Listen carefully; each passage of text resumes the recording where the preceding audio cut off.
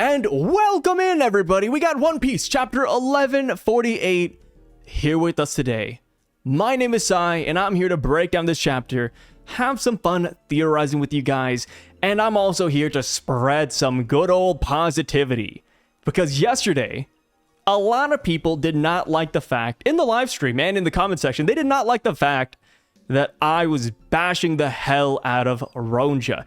Even 2 weeks ago, when I said I didn't like her initially, in her introduction chapter, people were already saying, Sai, you gotta cut these kids some slack. So you know what? I'm going to do that today. Even though I hate Ronja deep down, I'm gonna keep it to myself. I'm gonna stay really positive today and in this video. So bear with me, y'all. So, to kick things off this week and to keep things in chronological order, we gotta talk about the cover page story first. Volume 33 of Yamato's adventure. We got Yamato, Ulti, and Page 1 heading off to Hakumai, the next Wano region, to deliver Kawamatsu's hat and to continue Yasui's journey. That was a mouthful. So, a couple of things here. First up, it seems like Yamato did indeed say yes to Ulti and Page 1 joining her, which is pretty cool. And also, it seems like Ulti just had a personality switch flip.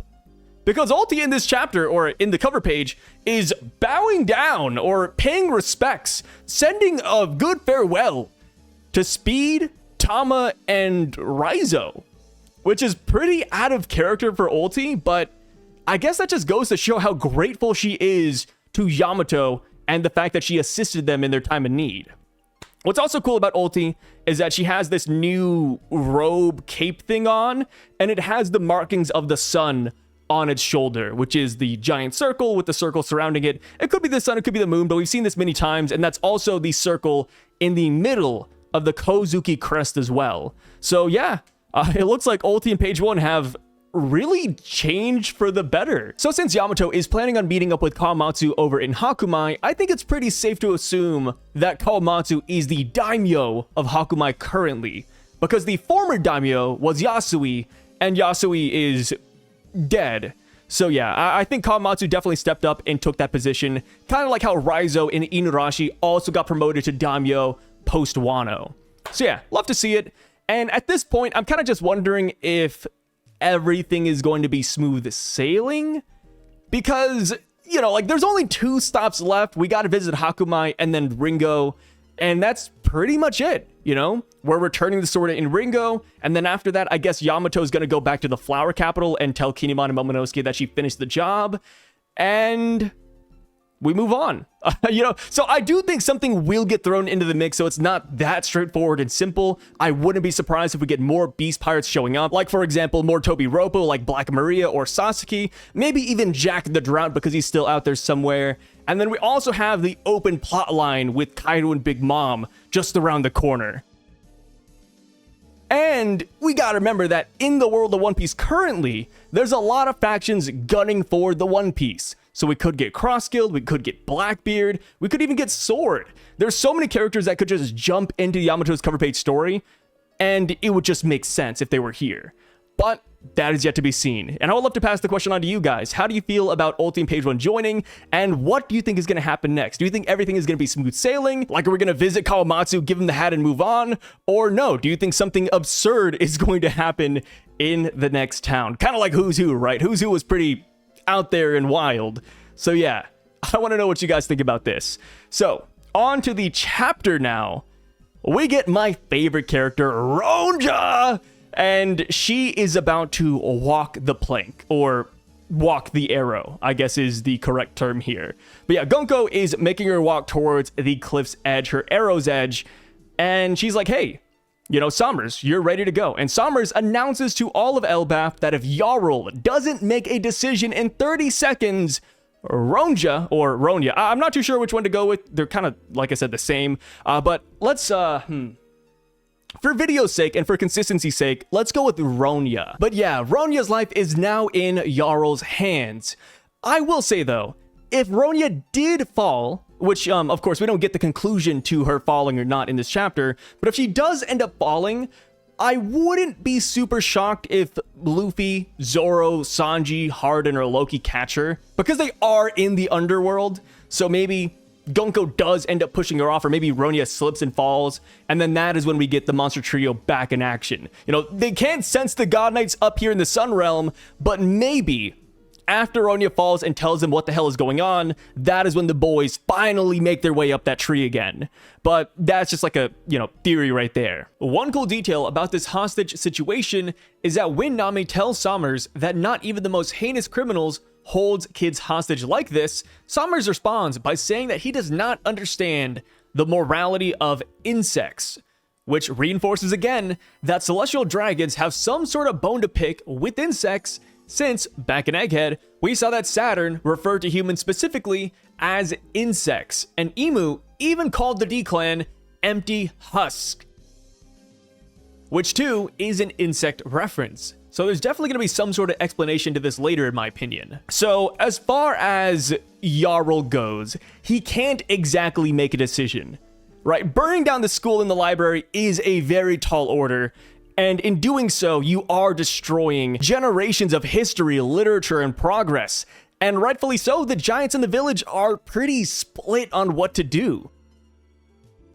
Right? Some people are like, hey, they're kids, we gotta save them. And then the other people are like, whoa, like, can nobody save the kids before we have to do this? Like, they're 50-50 on it. And it's funny because when I did my live reaction, I held the poll to see what the general audience and all of us would decide. And even the poll was pretty split down the middle. I think it was like 55 versus 45. Like 55% of people wanted to save the kids, and then 45 said, hey, save the books. Also, I didn't provide a third option in that poll because I feel like that would introduce way too many variables. But yeah, it was split down the middle, and it's reflected here in this chapter with the giants not knowing what to do. And the worst part is that you can't get a workaround where you save the books but also still burn down the library, because Sommers in his message to the giants says, hey, don't alter the books, do not move them, because that is what we want to destroy. We want to destroy your history and your culture. So yeah, that's a tough one. Obviously, skipping ahead in this chapter, but we see that Jarl does decide to burn down the school and the library to save the kids. And when Jarl says that, we actually get a shot of the library, and in that library, we can't forget, is the owl. Oda draws the owl in that panel, and I'm assuming that's because he doesn't want us to forget that he is in there. And the owl is a weird character to talk about because they're more or less still a mystery to us. Back in chapter 1135, when we first met the owl, Lilith was like, hey, this is just a theory, but I think this owl has the grow fruit, or the nurture no me. And I'm like, okay, that is a theory. I mean, it makes sense, right? Because books walk into the library and then they get bigger. But I wonder if that devil fruit could also protect the books. Like maybe if they burn the library, the owl can save them. Maybe the owl can nurture them to safety. Which is, like I said, weird, because we never got an introduction box saying that the owl has that devil fruit. That is simply a theory that Vegapunk came up with. And Chopper, who was in the library, didn't actually talk to the owl. So who's to say that the owl isn't going to be some kind of cracked character, and they end up being the one who saves the library at the end of the day? The owl is just weird, and I think they're going to do a lot more than most people expect. And with the owl, brother, we gotta remember that owl's been in that library for centuries. I'd be damned if that owl simply lets the library get burned down. So we cut back over to Robin at this point of the chapter, and Robin says, hey, Chopper, you stay in Saul's beard. We do not know how these guys function. We do not know their powers. You stay here until we learn something. But for me, I'm pissed off. My emotions are running on high. I'm going to do something ASAP. And that is when we get a shot of Sommers. He's still giving these demands, right? Nami's saying he's crazy for taking kids hostage. And we cut over now to Frankie, Ripley, Dory, and Brogy, who are in the forest previously with Scopper. Scopper kind of left at this point. And the giants talk about splitting into two groups. One group will fight the nightmare dream monsters that Killingham spawned, and the other group will focus on rescuing the kids. Unfortunately, we don't see who goes where, right? Like, I kind of wish Oda showed that, like, oh, here's group 1, here's group 2, but he really left it up to interpretation.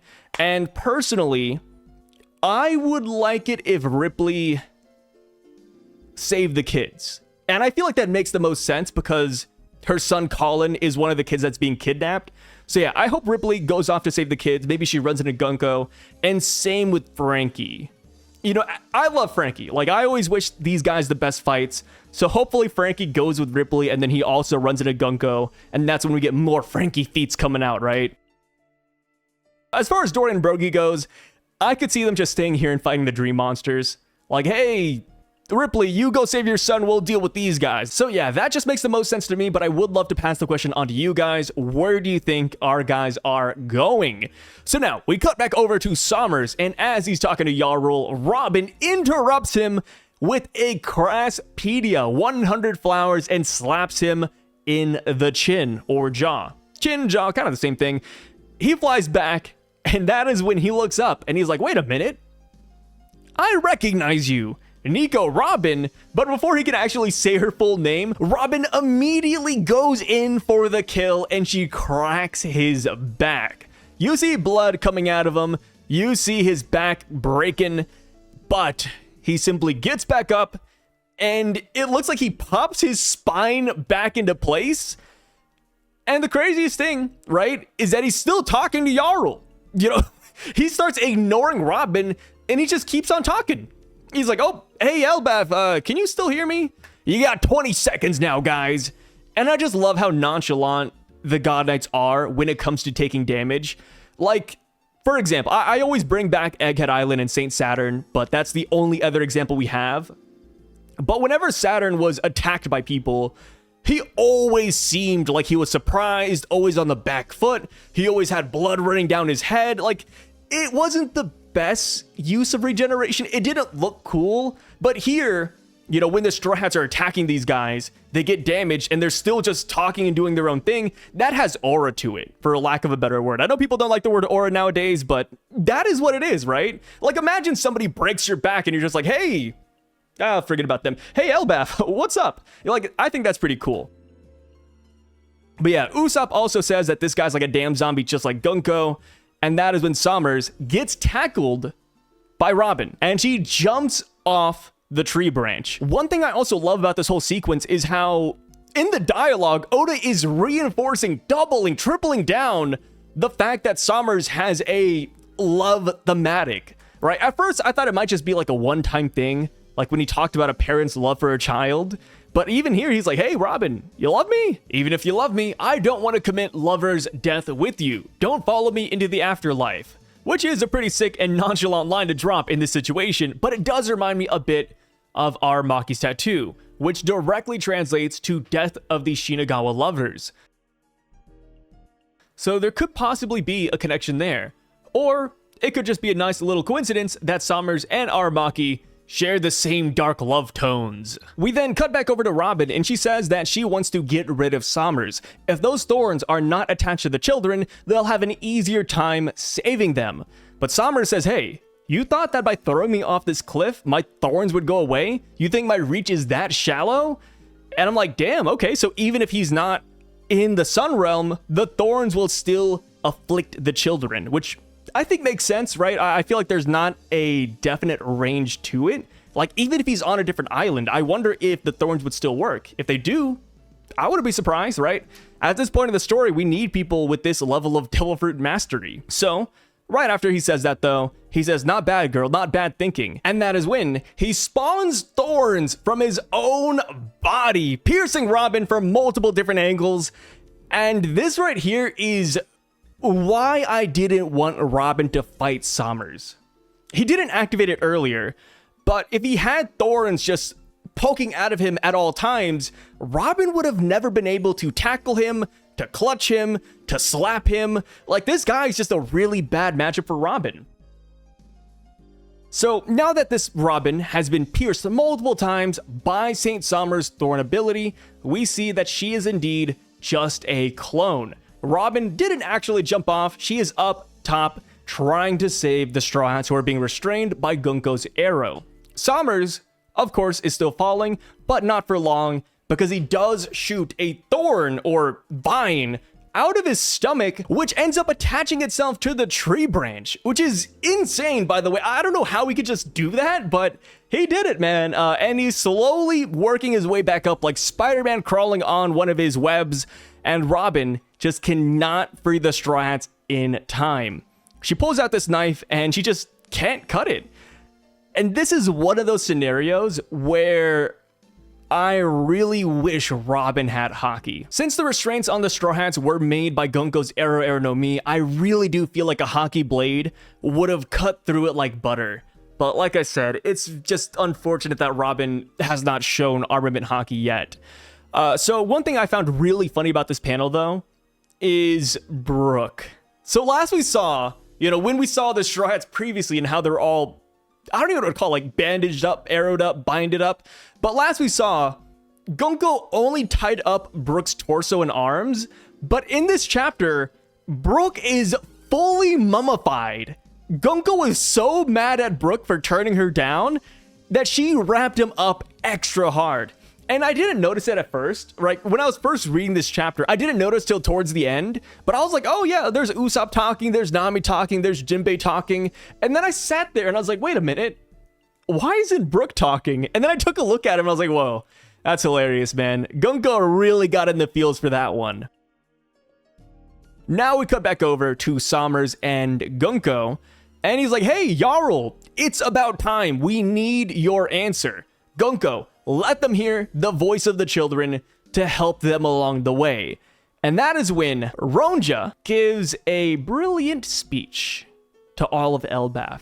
She says she loves the school, she has friends, she likes the library, and one of the first things she was taught in class was to not bother people and to not do things that they don't like. And because if she were to survive, that would mean that the library and school would have to be burned down. That would bother everybody. So even if she has to take the fall, she's totally fine with that, because people will be happier that way and they'll have less things to worry about. So she ends it off by saying, I've always been lucky, so this is going to be okay. Sommers, very much like me in my initial reaction, is smiling from ear to ear. He's counting down 3, 2, 1, and that is when Jarl says, Ange, set the school on fire, we have to do it. And I love that panel of Jarl. He feels like a real leader, and I highly respect his decision here to save the children too. I genuinely do, because it's not an easy decision to make, but he made it. I thought it was a great panel. And after he says that, we see the defeated faces of Ange and Robin, and they look absolutely devastated. Even if they beat Saint Sommers here, the library and the school might still burn, right? Until they fully free the kids, like defeat Sommers, killing him and Gunko, they kind of have no choice. I'm going to skip ahead a little bit, but we see Sommers get attacked in this chapter. But even then, I don't think that would immediately change the situation. The Giants are still going to have to burn down the school and the library. Because Sommers, while he does have the thorns around the children, he's not the one standing right next to Ronja. Gunko is. For all we know, Sommers could say, hey, Gunko, the Giants, they're betraying us. Scopper's attacking. Kick Ronja down. Start stringing them up by their necks. Like, if he said that to Gunko, I feel like Scopper himself wouldn't even continue this fight. Like, this feels like a bad situation, even with Scopper's arrival. And that's simply because Gunko is right next to the hostages, and they have Denden Mushis to communicate with. So yeah, even though things are looking up by the end of this chapter, I still think everything is pretty grim right now. So I kind of skipped around to the Sommers end portion, but Sommers has successfully made his way back on top of the branch, and he has successfully stopped Robin from trying to free the Straw Hats. She is now restrained with a bunch of thorn wrappings, which looks really painful, by the way. It looks like some of those thorns are piercing Robin as we speak. And Sommers in the background, before Scopper shows up, he looks high as a kite. My guy's hitting his own Sun God Nika dance with his knee up high and his spiked Kanabo sword up top. He looks kind of funny, man. Sommers in this chapter, his expressions, his dialogue, his abilities, I think Sommers truly is a top tier villain. Obviously, he's not like the main villain here, but for what he is, I think he's really enjoyable. So now that the Giants have agreed, now that Robin has been restrained, we finally get Scopper showing up to the battlefield. I love the panel where you see him running on the branch and just speeds all the way up. It kind of reminds me of Sanji, right? Because he is like the Sanji Roger pirate equivalent. So, you know, we got the speed feats going on here. And when he shows up, he immediately goes for Sommers' arm. He cuts off his right hand, and Sommers looks at it. By the way, he's not in pain in the beginning. He's like, huh, this isn't regenerating. Like what is happening here? Scopper shows up behind him, and he says, hey, it's been a while. Sommers is completely shocked. He's like, wait, Scopper Gaban? And that is when we see a mad Scopper slicing this guy in the chest with a blackened Haki axe. And we see the lightning, bro. We see the lightning spewing from his chest and off of Scopper. And this is a great finale. So there is a lot to digest here. First things first, there is a mistake in the drawings. I'm sure you guys might have noticed it by now, but in the panel where Scopper cuts the arm or the hand, it's like right at the forearm, so I'll just call it a hand for now. But when Scopper chops off his hand in that panel, he chops his left hand off. But in the other panels, it's his right arm that got cut. So I feel like that's one of those things, kind of like the beginning of Elbaph, where they're going to have to go back and change all of this later. So it's kind of unfortunate, but in the grand scheme of things, it's no big deal. Mistakes happen all the time. So as far as Sommers goes, I think it's really interesting that we don't see him in pain. It could be one of those things where it happened so fast that his brain hasn't registered what just happened yet. So maybe that's it, but there also exists a reality where even if he takes these permanent hits, this permanent damage in, he doesn't feel pain. You know, I gotta see him on the ground writhing before I make that conclusion. But yeah, he's not regenerating, and we don't know why yet. We do see Scopper come in at the very end, like I said, with a second attack that is coded in Haki. But the thing is that first attack that goes on the arm, the one that's not regenerating, that doesn't have any Haki lighting there. So I'm kind of wondering, like, is it simply the Haki, or is it something more than that? I would like to pass the question on to you guys. Is it Haki? Is it something else? Is it the axe? Is it the material? How are you guys interpreting this? Personally, I don't think it's Haki. I think it very well could be Gaban's axe. It could be made out of sunstone, sea stone. Maybe he coated it in a certain liquid. Maybe Gaban has something on his persons that is stopping Sommers from regenerating. There is just a lot left to speculate on. Even though Scopper hit Sommers with Haki in this chapter, we cannot 100% say that that was the reason why Sommers is seemingly taking permanent damage. Because we've seen multiple characters in Egghead use Haki against the Gorsei, and they regenerated regardless. Maybe Conqueror's Haki is the difference here, but that first panel where he cuts the hand off just really doesn't show any lightning off rip in my opinion.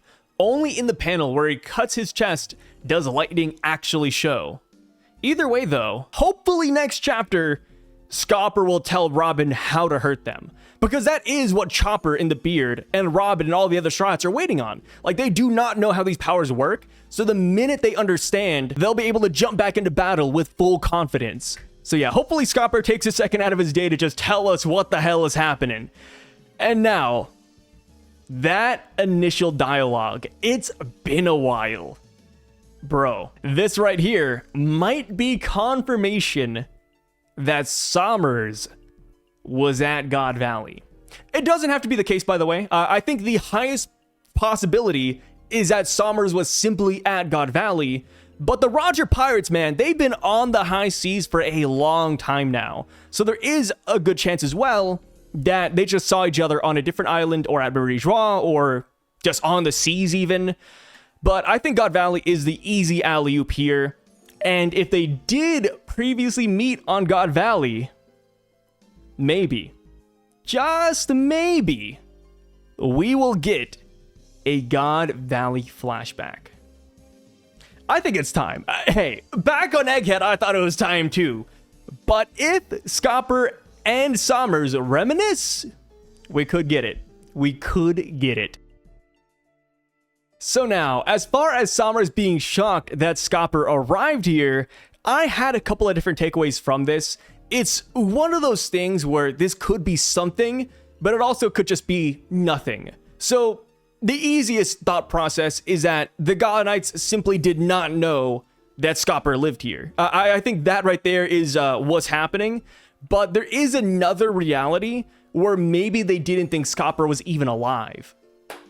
And the reason I bring up that possibility, and forgive me if I recall this incorrectly, but back when Shanks was seen here on Elbaph, he was at the bar, he was drinking with the boys, and he talked about meeting old friends that he thought were dead. And we were led to believe that it might have just been Dory and Brogy he was talking about. But what if there's a chance he was talking about Scopper? What if Scopper in the papers is considered dead, but he actually just lives here in Elbaph? And that is why Sommers is so shocked. Maybe he thought Scopper was dead this entire time, so seeing him here is kind of like seeing a ghost, which would, of course, provoke that reaction that we see at the end of the chapter. Because it does look like he's seen a ghost, brother. You know, mouth wide open, Scopper! What? Another reason why this reaction is a thing could just be that Scopper beat the brakes off of Sommers in the past. Like maybe at God Valley, they had a little 1v1 and Scopper just ran this man through with no mercy. And Sommers isn't just shocked that Scopper appeared here in Elbaph, but he is genuinely scared in this chapter. Hell, we already have theories that Whitebeard faced off against Garling in the past because he talked about how Shanks' face reminds him of, quote, him, so perhaps this could be another one of those legendary matchups. Scopper versus Saint Sommers. So, last thing to talk about with Scopper, but the Haki. This is another tough one. Another something, nothing kind of thing, but we see the Black Lightning here. And of course, where there's Black Lightning, there is debate. Is this Conqueror's Haki, or is this just regular armament? The problem with this is that all showings of Conqueror's Haki has Black Lightning attached to it. But not all Black Lightning has been associated with Conqueror's Haki. It's pretty ambiguous, right? And it's so much so that I held a poll. I love my polls, by the way, because it's one thing if I believe something and think something. It's another thing if the general community believes it as well. So I held a poll in regards to this, and I'll hold another poll later on as well so that we could get more people weighing in on it. But in that poll, I asked, is this Conqueror's Haki? Yes, no, maybe so. And the prevailing thought was that this indeed was Conqueror's Haki. A lot of people are leaning towards yes. A lot of people were also leaning towards maybe, and then a smaller fraction were leaning towards no outright. But yeah, like I said, I think this is Conqueror's Haki, but the implications of that are massive. It makes sense if Scopper had it, in my opinion. You know, one of the wings of the Pirate King having it. Yeah, 100%. But the reason why this is held in such contention is because if Scopper has it, then that probably means that Sanji will also unlock Conqueror's Haki, because he is the Scopper parallel. Even Luffy has said it in the series when he first met Scopper. Right, he met Scopper, they were talking about love, and then Luffy was like, oh, so this is gonna be Sanji in the future, huh? And of course we see it too, right? Like Rayleigh, Zoro, Luffy, Roger, Sanji, Scopper. So if Scopper has it, there's a good chance Sanji will too. And personally, I don't think there's anything wrong with that, but I do know that is a hot topic. So that is where the chapter ends off. There is a break next week. And as far as what I'm expecting in the next chapter, I really hope that Robin runs off to Gunko. Because as it stands right now, Robin can't free the Straw Hats. So I think the only way to do that is to simply defeat Gunko, or, you know, catch her off guard, hit her, make her lose concentration so that she ends up releasing the gang and they can hop back in and get a piece of this action.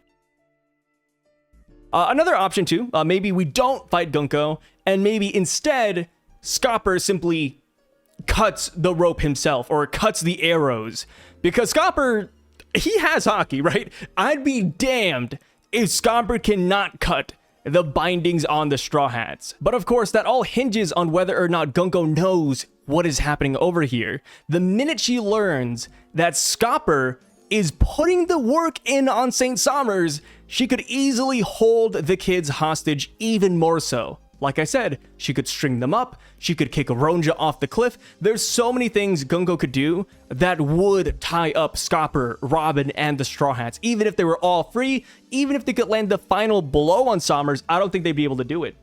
They wouldn't be able to risk the kids like that. So yeah, the deck is still stacked against the gang right here. And I'm curious, what do you guys think is going to happen? Do you think Scopper and Robin will simply blitz Gunko and Sommers before they can threaten the kids? Do you think the monster trio will show up? Or do you think, no, the Straw Hats here will surrender just to save them? I think there's a lot of variables still at play here, and I really enjoy this chapter. That's pretty much my takeaway. You know, I really enjoyed the chapter. I loved seeing Robin get some shine, you know, use her colognes, jump off, have this whole big plan. And I loved seeing the fact that Scopper knows Sommers and he's able to damage him, which makes so much sense. Oh, man. Scopper was at God Valley. There was no way he does not know how to do some serious damage to these guys. But Oda, he still has not revealed the cards yet. We do not know why Sommers can't regenerate. Hopefully, like I said, we learn it next week. Or 2 weeks from now, because there's a break. But yeah, I would love to pass this all on to you guys. What do y'all think about the chapter? Let me know your thoughts down below. We will be going through the comment section in the next couple of days and just reading what you guys are theorizing, reading all your thoughts, your takeaways, and all your comments in the next video. But until then, you guys stay safe, and I'll catch y'all later. Sai, signing out.